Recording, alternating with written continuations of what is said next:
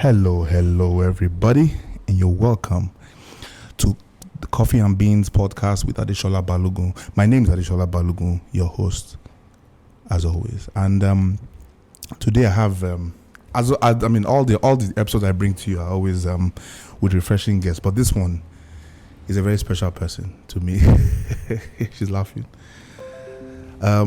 First time I met my guest, we were colleagues at my first and only rodeo at a 9 to 5, and since then we've been very good friends, and I am extremely proud of her, and I'm so happy that I was able to get her on the podcast, because it's been work to get her on the podcast. Not just that we are not not just the fact that we're not in the same location, but also the fact that she's very shy, camera shy, microphone shy.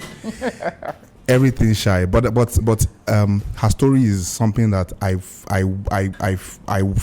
think, and I am definite that a lot of people will love to hear it. A lot of people will be inspired and motivated by it. Welcome to the podcast, Doubra Emein. Hi, Shola. I call her Dobbs. I'm well. How you doing? How are you, my friend? I'm fine. Thank you for having me. Yeah, you're welcome. Dobbs is the creative director of event planning, event management outfit, Brad E. Yep. And recently she's become a conference host. And we'll talk about that. I'm a conference host. I'm the president of the Business Women Connect. Sorry, Business Women's Connect. It's a conference now. It's not a conference. We do more than conference. Okay, all right. We'll talk about that. But I mean, like with, it's not just. It's not just a conference. It's not just a conference. Of course, it's not just a conference. But you recently hosted a couple of women based in the South region, business owners, and I think that's if not the first of its kind, one of the. It is the first. It's just first of its kind, and I feel it's absolutely amazing and very, very, very courageous, getting people and bringing women together. So we'll talk more of it. But as with everything, I like talking about beginnings, because I feel like everybody has a story, and your journey. I know your journey, and I know that your journey is actually that is. Like, I think about how you started, and I'm so proud of you, like I always say. But let's start from the very, very beginning. Did you know that you were always going to be going to event management, put events together? How did that come about? No, I didn't know that. However, I've always been someone who would like to do things or have things my way in a certain way, right? My mom would say stuff like before, when we would go to the market, and she want to shop for us. If you don't, they go use all the money of the shopping shop for me. So whilst do you get? Yeah. Because I quickly know what I want, right? I'm able to think quickly what I want. I didn't know that I wanted to be an event planner or anything like that. I started in corporate, and then after I got married, it was my wedding. So that's and that's where that started. You have a background in accounting, yes. Yeah. My wedding was the one that made me, go into this. And I planned my wedding for about a year, and I did it on my own for like 6 months. So I've always been for crossing the T's and dotting the I's behind the scene. Right. So where you would meet me from, that's where you would know about what I'm doing. I've already done a lot of work behind. Or background, yes. So even before I got a planner, I'd done so much of like a clear vision of what I wanted. So that's where the interest in events came in. Of course, when I got married, I moved to Warri. I was trying to get a job, didn't find a job. I was like, what's the next best thing? Because, I have a clear idea of how this works from my own experience from my wedding. And looking around, I wasn't even seeing anything. I wasn't seeing anything that looked like the kind of things that I wanted. So even the people who were trying, I felt that I could match up. Right. I felt like I could match up. Now maybe except for one or two people that I thought that this looks like the direction I want to go. I want to go, yeah. Right, in the space. And I even neared those people. I went to deliberately become their friends, Yeah. deliberately jump on their network, because I know that I cannot walk it alone. People have tried the space, and so that's how I got into events. Okay, so I'm very curious as to moving into a space like Warri, because if you had asked me before, I mean, without you knowing you, I would say, how lucrative would an event planner have been able to get business in a place like Warri? We know of Lagos, Abuja, and the major cities. So did that worry you that going to Warri was going to, like, you were literally not going to be able to find any work? Did you meet any event planners on ground in Not particularly. So the concept of what an event planner was that now you they cook, now you they bake. You know, so it wasn't from the perspective that I knew what an event planner or being like an event manager. No, no, I didn't meet anyone per se. Okay. They were either baking, cookies, so they were not really doing the event bit. So that's why I also needed to merge it with the core, because that's also another aspect that interested me. Right. So when I came into the space, no, it didn't worry me so much. I knew that I would not get as much as maybe I was hoping for immediately. Right. But number one is I knew exactly who I wanted my client to be. Okay. And it wasn't the average Warri person. Right. And I had a strong belief that there must be people that think, so there's no thought pattern that is isolated to you. There's nobody that is just alone. So there's always somebody that who thinks like you and has ideologies like you. Exactly, that match. You just to seek them out. Yes. So the question is, how do I find them? Yeah. Where are they? What do I do to put myself in the space? So I chose to now do a fair. Wow.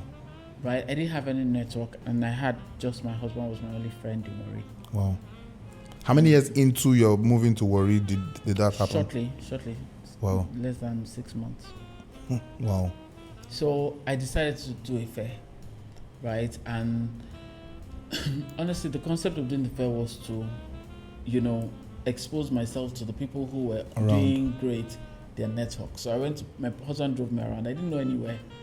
He'll drive me. I used Facebook, listening to ads on radio. So I went to different businesses, introduced myself. Some of them were kind, some of them were not, So I got like maybe 10, 12 people to come take stands. And of course, I put it on the radio. I just got enough money to pay for the space and do a nice stand for myself. And so sorry to interrupt. Was it vendors from a certain niche, or you just all? So it was a combination. Okay. My target was, there was one person who was already like up there. Okay. Right? And she was already in the event space, so by all means she had to be in that space. Okay. Right, but then there was also the biggest cosmetic business in Warri at the time. That one didn't come, but I tried. So those were the kind of people that I thought. The caliber of people you wanted to, yeah. I thought that even if what I want to do does not concern makeup, but if she took a stand there, the young girls who like makeup would come in, right? Or their moms will come, right? So that was why I reached out to her. There was a lady at the time that had a park at the full roundabout. Okay. So it would attract children, so their moms would come. Right. So they would, you understand? So she came. That one came. There was another lady that sold children's clothes. So if their moms come, the children come, their aunties come, then I would get into. She was doing good. I would tap into that network. Then there was a photography company that, of course, it would attract brides, it would attract. So I was very deliberate. There was also about somebody. The kind of people. So it was a cut across. There was also an interior designer who was. So I was just trying to cut across and tap into different people. There was also a makeup artist. Okay. 2 makeup artists, in fact, because the biggest at the time, and another one who I thought the way she was doing her business at the time was unique. Okay. So I was very deliberate about the people that I brought into the space. So that's what I did, and just positioned myself in that space. And I was like greeting people just in everybody's stand in my space, and it was there that I created my established first those network. networks. Yes. And so another thing I now did was I understood that even though I'm trying to show myself to these people, however, I realized early that the people that I truly wanted, it seemed like they were not living in Warri. So what do? I put this thing on Bella Niger. Wow. As in, I paid for a Bella Niger post, and I used it as a marketing tool. And when I was saying it's going to be on Bella Niger, like, what is that in Warri? However, I knew very early that at the time, Bella Niger Online, before what do you call it, Instagram, yeah, was the website or the blog. Sorry, was the go-to. Yes. For anybody that was getting married. Mm-hmm. So if you set event planner in Warri or something Warri, our name must come out. It will be only our name, because at that time it was just us that had put ourselves. So my target was to get that bride or that groom that had to come home to marry. Right. So that's why when we finished what we did, we put it on Bella Niger, right? So that's where we now gained some that came traction. about. Yeah. How would you say was the reception, and did you do a follow-up fair after that? Yeah, I did like 2 after that. Was it the yearly thing? No, like I did it within short time. Short time. Oh, okay. Short period, okay. You know. So, but the way our space was that after a while, by the third one, but because the focus wasn't to do the fairs, the focus was to put your name out there. Yes. Okay. To build the network. To build the network. So I didn't want it to distract me. Okay. And funny, at the end of that first fair, a minister's son was in that came. Oh. And we had done 1 event, 2 events, and the guy just called me. Oh, hi! He came to my fair. His father's turning 50. They liked our stand. Can I do his father's 50th birthday? And that was, So I mean, I salute for that. I'll salute your courage, because a typical person will say, "Oh, Warri, what's there to do in Warri?" Mm-hmm. For those of us outside Nigeria, Warri is in Delta State. It is not the capital of Delta State. How far is Asaba? Asaba is capital of Delta. Yeah, how far is it away from Asaba? It's about 3 hours. So one would say, "Oh, the buzz is actually in Asaba," but you decided to make literally something out of nothing. Right. So the question I have is, where did you get that to say local part? Where did you get that mind from, and tell yourself that in this place? Because had you seen potential in the town, or you just decided that whichever way, we are going to make sure that we do something out of whatever we meet on ground? I don't see any potential. So the thing is, I didn't think about it too deeply. Yeah. It was I didn't dwell on, what can the possibilities be or not be. Right. I didn't think about it, because if I did, maybe it would have discouraged me. Because even honestly, the going to see people and meet people, was hard. You go to someone's store, you introduce yourself, and the person is looking at you like this. Especially as someone that had no pedigree. No, you don't know me. No, they don't know you. Yes. Exactly. So people are just looking at you like this, like. Where are you from? Talk finish. Where you come and be going. So I didn't think about it deeply, honestly. I just what's the worst that can happen, and that's always been my approach, even with how we started with the women's conference. The first one we did for the women's conference, we just started. We said, we charge a fee, a small fee as far as I am concerned. And people are like, people will not pay more than 5. Warri, they can never pay. I said, well, this is not, this is something to better yourself. If you cannot invest 10,000 yourself, then it's not for you. Not for you, yeah. Yeah, so don't come. It's not, nobody's forcing anybody. Don't come. First of all, there was worry that people will not register, but eventually people came and we did well. So it's always been the mindset that there must be somebody who gets it. And if it's one person, it's fine. Wow. So fast forward to the 50th birthday party that you planned, and it's been one thing after another. Yeah. How have you been able to position Brad E as an event management team as in, how has the journey been after that? After that, from birthdays to funerals. No, I started doing funerals very recently. Oh, okay. So it was yes. Birthdays, weddings. I think one time they flew you to Dubai. Yeah, we've done Dubai. Flew out. As in, I was like, Dubai, we've done Ghana. So at what point did you tell yourself that it's looking like this thing is starting to make sense? Or it's looking like I don't have to speak too much English. Or like this thing is getting life of his own. At what point did that happen? I don't know for sure what point. It was just you do one, you do it well, and then you sort of become you begin to see people that you didn't even know existed in the space. You go to homes that the girl did not have a thick Warri accent.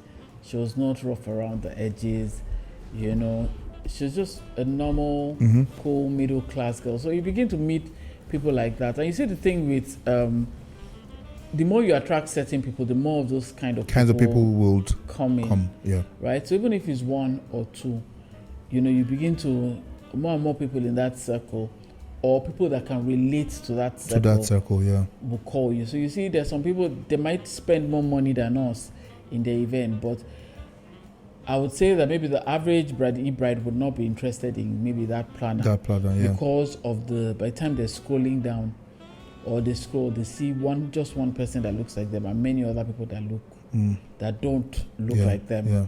And then they come to my space and they're scrolling and they see that 90% of the people look like them. So it comes to another thing where I'm deliberate about the perspective I want to put out. So it's not lying, or it's not about packaging per se, but is that there are certain. So even if I did a job for a guy that cannot speak English, I'm not going to highlight that bit of his rasness. I'm going to get him, please, bros, I beg, which suit you want buy? You tell me the color, bros, I beg, just buy black suits, and he'll dress properly, and I better brooch no buy no matter. Okay. I'll just advise, and so by the time the pictures come out, he looks like a classic, because we have a theme where in as much as we want to keep with trends, but we like to keep it classic, we like to keep it elegant. So if you're going to be in our specific, and it's fine, everybody has somebody that works for their style, right? So if you want something that is too out there, or is not in line with our style, I could push in direction of somebody that is right for you. It might not be yours, and I'm fine with it. How easy or otherwise was it to put together a team that fit that fit the vision of Brady, especially in a place like Warri, where there clearly wasn't weren't as many vendors across board as you would find in the major cities. Yeah. So how easy or otherwise was it? Did you have to bring people from out of town, or did you have to train people to in the vision of what Brad E wanted or wants? How were you able to do that? So for me, it wasn't just only about Brad E. It was that I've always been of the opinion that the more the merrier. Right. I felt like if it was only me that was doing good, or doing all right, or doing things from an exposed perspective, then it was a risk for even me, myself. Because that meant I was fighting too many people that didn't know what's up. So it was important that more people knew what's up. So even if somebody was, like even a co-decorator, or co-planner, was, seemed to be, I would gravitate towards that person. I would there's a training, let's go. Like, I can't spend this much. Or like, now so that they do you spend, so let's go, and then we'll go in a group together. Because I felt like the more people who had a certain exposure on how these things ought to be, then it was safer for me. Right? If I was fighting too many local people, it's not a problem. So where people like the idea where they're the only ones doing good, I think it's a risk.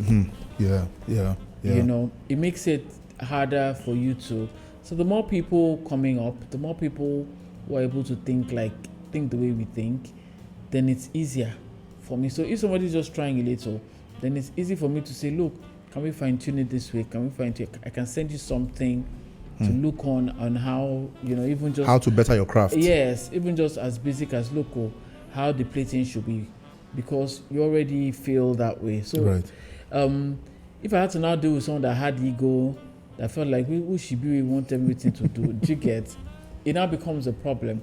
So what I just did was I found people who, some of them came to me on their own, much like the way I went to others, to say, look, I'm trying to try, and I can relate with your perspective on things, and I want to work with you. Wow. Right? And then I see their work, I'm like, it's not bad. We can work with this. We can make this better. Yeah. Right? And I'm the kind of person that if I like you, I'm not going to leave you I'm not going to leave you to make mistakes. Right. So for some people, they don't like stuff like that. For some people will say, oh, yeah, so someone once told me, say, he always wanted to come and meet me. But somebody has said to him, I beg, before Brady will start feeling like she made you. I'm like, made who? What does that mean? It's ridiculous. Yeah. So now that you've come and then we've talked about what the issues were, and then I've given some counsel, what's it go up after that? And even if I feel like anything, my bloody head is go. Have you gotten what you needed? Yeah. The answer is yes. Yes. So why are you so bothered about what other people will say? Exactly. That so if I talk now you might be the me person. You get somebody must make somebody will make, yes, right. Yes, so yes, what's the focus on? It's wrong focus for me. Those things don't bother me. Wow.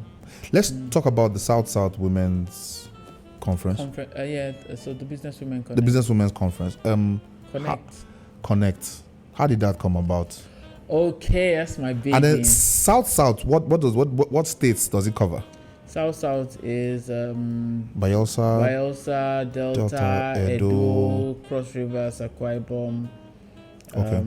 All those places. Yeah. So how did that come about? Okay, so for the longest time, every year or every other 6 months or something, I was always leaving the town to go for a conference or to go for a training. And every time I went for those stuff, it was just maybe me and one person, me and another person. From Warri? Yeah. Okay. Or just me alone. And then when you go to these places, you see how all of these networks help to profile these women, help to put their businesses out there.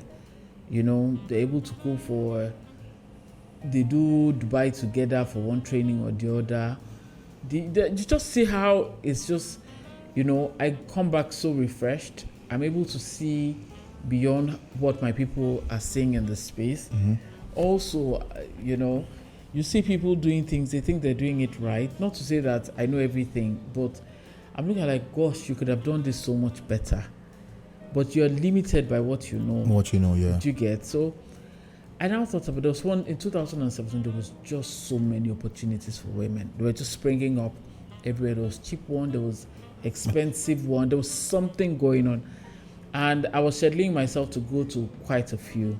So that means travel, come stay at my mom, or stay at a hotel, the flight ticket, or get on the road, then pay your, so I was just like, is it possible that I'm the only one that has this zeal, yes, right, for this sort of things? There are so many women that, they want to, maybe their husbands won't let them, or they're just even afraid to just leave the space.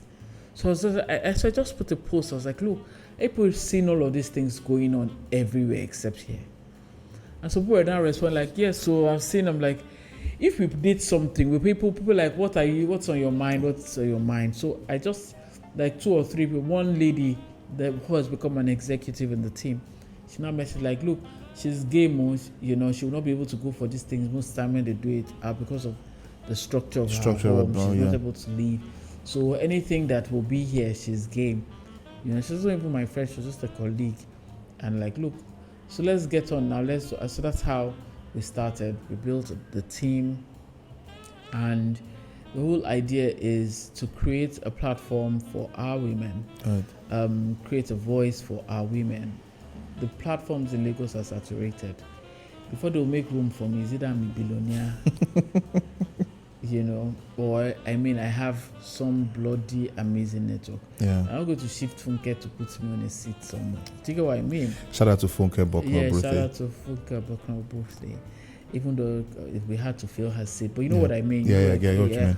So if we created our own platform, so it's not even about myself. It's about that there's so many women who are doing great things that come from the space that are hidden in plain sight, actually, right? And as it has grown, it has become more of a way for us to inspire. The young girls, the women can look at them and say, I can see myself from her. Or she grew up on my street, I didn't know. She grew up in Avenue. Oh, she was just started from Bielsa. Oh, she's just started from a small talk shop in Masaba, and now she has something that's similar to Ebano, and she's not far. You can drive past her store in Asaba, and if you're even in Bielsa, any day you go to Asaba, you can drive by and you would recognize it because we brought her. She's now no longer far. She's not too far. Because if I use the owner of Ebano, it's great, but there's somewhere in your mind that says, oh, it was easy for him because Lagos has money, Lagos has all of those. So we begin to, or even when we bring the Taras and all of those, our big aunties to the space, we also use that as a pool, right? These are great women from the space, but we also put our women who are doing well in the space locally and put them in the same platforms with Tara, with Osai or Lile, with Adesola Balogun, and it puts the, it brings a bit of credibility and a bit of to and the great thing about it is that every time we do it and we have allies, they become allies immediately. Wow. So we're grateful that we're able to do the conferences, do the trainings in ways that people can actually see value in the work that we're doing, and they become allies and they open their networks to us, and they say, so next year we want the chairperson of Transcorp, Mrs. Owen, and somebody takes a phone and calls her for us. That's great. On my own, where do I want to do? How many episodes have you of the? So editions? We're going year 5. Wow! Next year. And I see that it's getting bigger by the year. How do you plan to position the Connect to be? Because one let's say an issue I have with a lot of conferences, meetups is sometimes it's all talk. So how do you plan to take the South Business Connect beyond just women talking about to women to really letting the rubber meet in the road in terms of, do you offer financial support to businesses? So this year, so the thing with offering financial support and all is that even that can become all empowerment. True. And people just pretend to be the part of, and then whatever opportunities people give you, I cannot force you to make the best out of it. You have to be the one to tell yourself. Exactly. So if you bring 200, in fact, even if like this year we did some empowerment, we did a partnership with Leading Ladies Africa, where we give seed funding to women. Amazing. We also, another lady, the generator. Empowerment, the generator girl, she has an empowerment program. She partnered with the Businesswomen Connect to also give. But you see, that again, the government does that every other quarter, where they're giving money, giving sewing machine, giving. So is at the end of the day, when they give you those things, is what you do with them. What you do with it, that I cannot. I create the platform. Am I not going to bother you with what that's the best I can do. I'm one human being, and the people in the team are one people. I could easily do for myself. That's what I say to people. It's easier for me to pay for a training. I know what I get out of going for Wimby. Some people say, "Oh, everything is the same thing," but for me, is rejuvenation is whatever I decide that it's going to be for me this year. Yeah. It might be that I'm going there because I'm trying to hook up with somebody. Yeah. It might be that I just want because many things they tell you in those places, it's just either to reaffirm where you are. It's like going to school and I say, school, are you going to ensure that the person does what he did or gets a good job? Is what you do with it. Exactly. Is what you do with what you're taught. Can do is teach you. So am I now going to? I'm not. Okay, it cannot be my problem again. I create platform. I bring speaker. I do what I need to do to help the space. Make I can't cut your head, put.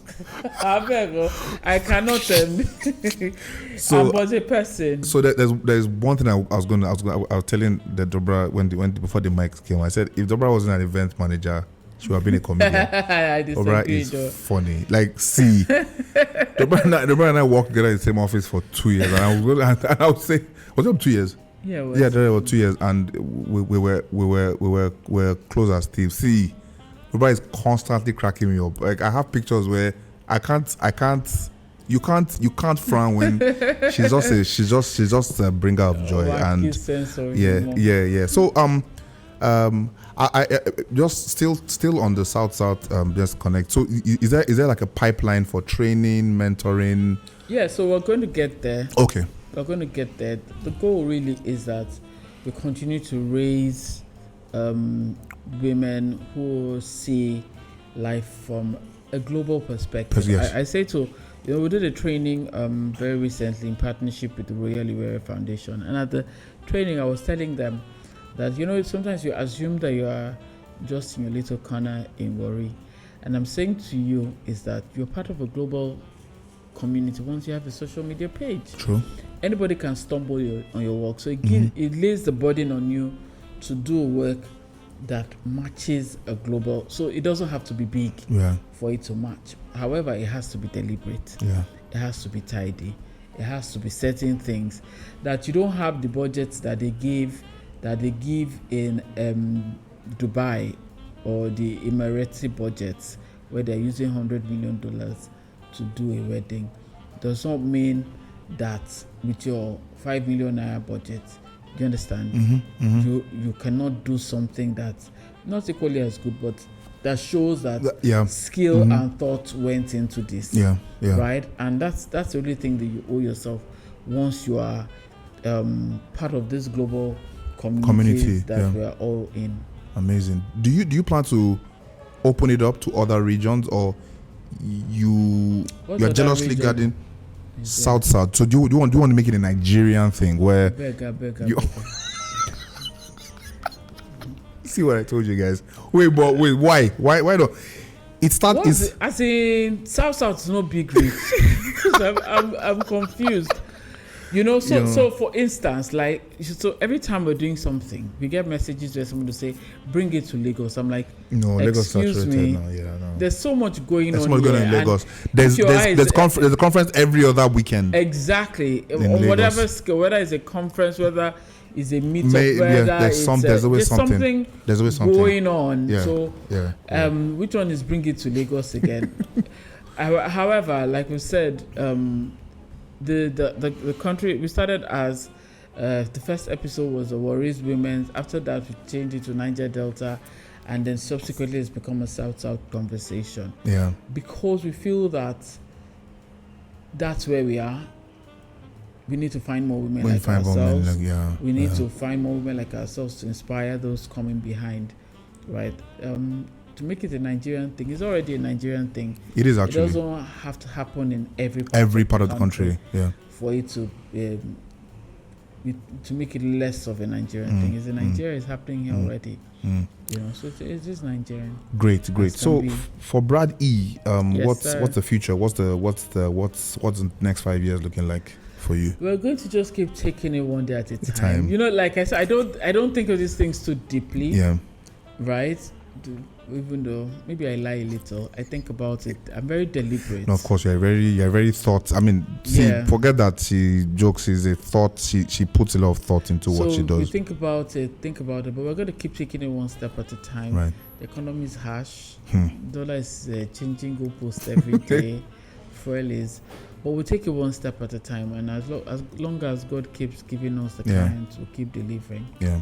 You know, and it's the work that will bring the work. Exactly. You know? I always ask my guests for parting shots, and what I want you to speak to is that business person who is moving to an entirely new location for some reason or the other. They just relocated. They still want to do their business, but they really literally don't know what they need to do. I mean, you started a new business in an unusual place. Mm-hmm. What do you say to that person? That person who has started a business, who is starting a business in a new frontier, new location, it could be a new space, whatever. What word do you have for them? Honestly, I think it's easier now than before, because social media makes it people are your friends and you've never met them. Yeah. So you can use that and leverage it, and as much as possible, don't try to be isolated and learn. You cannot discount knowing your craft. You know, I know it's not easy right now, but there are many bold people, you know, trying, and use the network that you have. You know, put the word out, connect with people, reach out to find the community, the business community in wherever you are. There must be somebody that sort of looks like maybe either the direction you want to go, or looks like, okay, I can at least, if this person is my friend, they might be able to lead me to to others, right? And connect just as much as commenting on people's posts wisely, and you know, putting yourself out there. When the person looks at your comment in a second and says, this person made a sound comment. You know, can put you in somebody's face for a little bit, and take it from there. As much as possible. There's something you said you cannot be the only person in your space that thinks like you. No, absolutely. I think that is very, very profound, because a lot of times the mistake we make is we tell ourselves, oh, I'm the only one that thinks this way, or I'm the only one that, and that isolation mindset now cripples us. But when you tell yourself that there must be someone another person that and you're making deliberate steps to find that person. And it might not be the whole entire thing of the person. I mean, the person has like 80% of what you are looking for. I would use one of my colleagues, right? One of the people that I gravitated towards. If both of us stayed in the system, we are like night and day as individuals.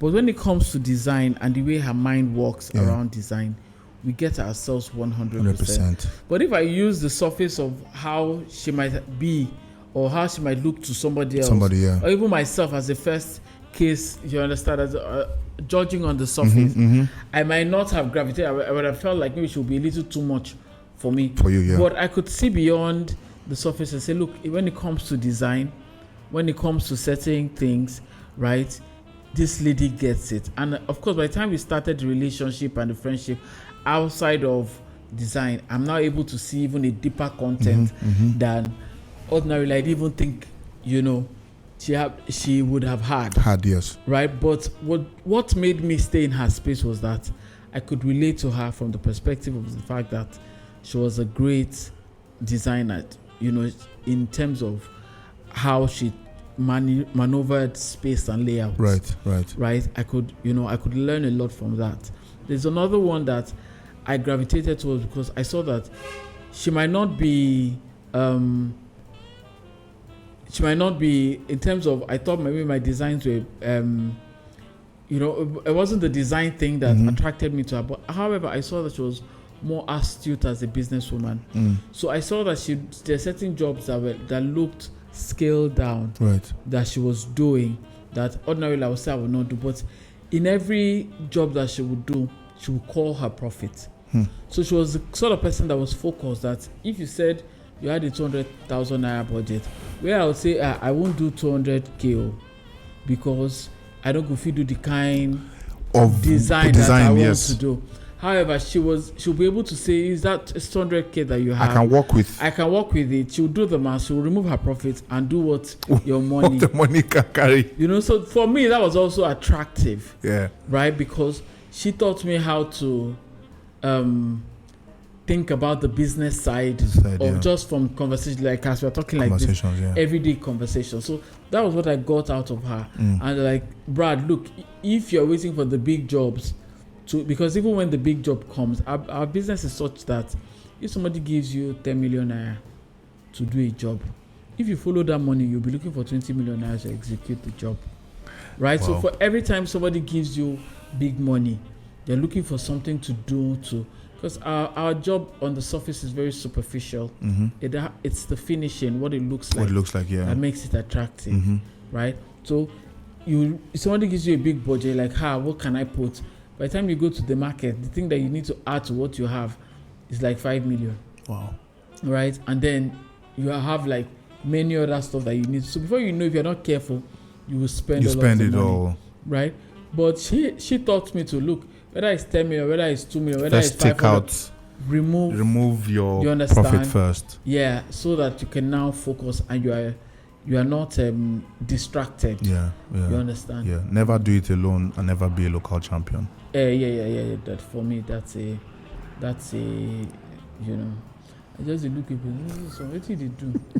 You think you're doing something fantastic? Because there's always someone doing it better. True, very true. And you need to be able to stay grounded so that you don't, you're always trying to say, like I'm a big. It's like for me, those things can make you lose focus. Yes. Right? Maybe I take myself too seriously, or I take things too seriously, but I feel like a level of humility. Because no matter where you are, somebody's doing it better. There's always somebody that's doing it better than you and bigger than you. Yeah, until you're Elon Musk or, Dangote, one of those guys up there.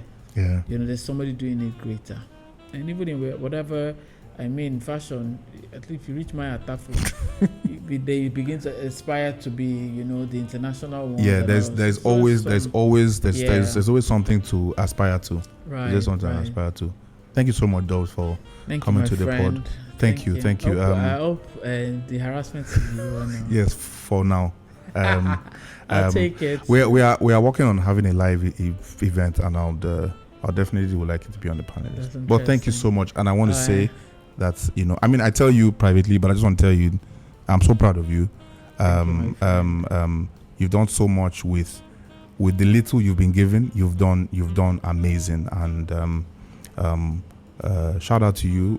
Wishing you all the best with Brad E. Wishing you all the best with the South Business Connect.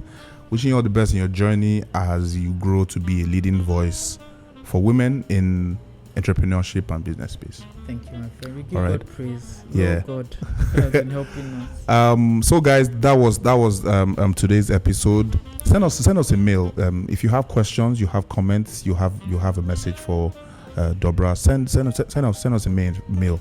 Fan mail at coffeeandbeans.com. Follow us on Instagram. We're at coffeeandbeans.pod. That's COFFEEANDBEANS.pod. We're on Twitter, Coffee and Beans Pod. Until the next episode and the next time you hear from me, drink coffee, stay fresh.